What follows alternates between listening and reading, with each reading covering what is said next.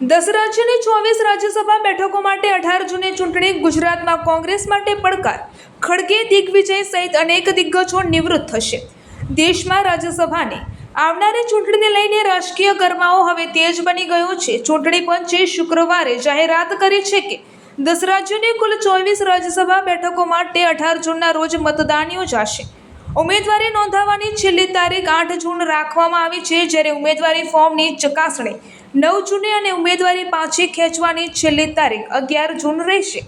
ચૂંટણી પંચ મુજબ જે સભ્યોનો કાર્યકાળ જૂન અને જુલાઈ 2026 દરમિયાન પૂર્ણ થઈ રહ્યો છે, તેમણે જગ્યાએ નવી પસંદગી કરવામાં આવશે.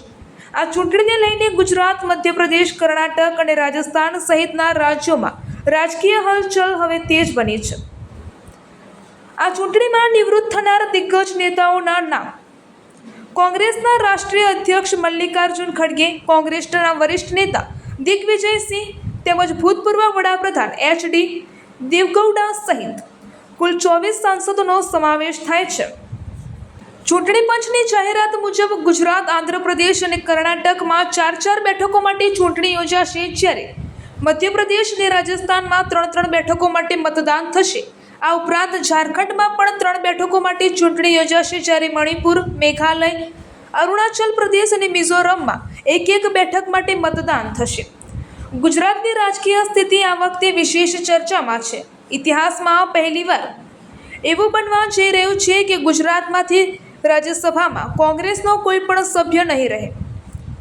કોંગ્રેસના સાંસદ શક્તિસિંહ ગોહિલનો કાર્યકાળ પૂર્ણ થઈ રહ્યો છે અને કોંગ્રેસ પાસે હાલ માત્ર 12 ધારાસભ્યો હોવાથી બેઠક જીતવી લગભગ અશક્ય માનવામાં આવી રહી છે. ગુજરાતમાં એક રાજ્યસભા બેઠક જીતવા માટે આશરે 46 મત જરૂરી બને છે. ગુજરાતમાંથી નિવૃત્ત થનારા સાંસદોમાં રામ મોકરિયા, નરહરી આમીન, શક્તિસિંહ ગોહિલ અને રમીલાબેન બારાનો સમાવેશ થાય છે. રાજ્યસભાની ચૂંટણી પ્રક્રિયા લોકસભાની ચૂંટણીથી સંપૂર્ણપણે અલગ છે. રાજ્યસભાના સભ્યો સીધા જનતા દ્વારા નહીં, પરંતુ ધારાસભ્યો દ્વારા પરોક્ષ રીતે ચૂંટાય છે. રાજ્યસભા કાયમી ગૃહ હોવાથી તેના 1/3 સભ્યો દર 2 વર્ષે નિવૃત્ત થાય છે અને નવી ચૂંટણી યોજાય છે.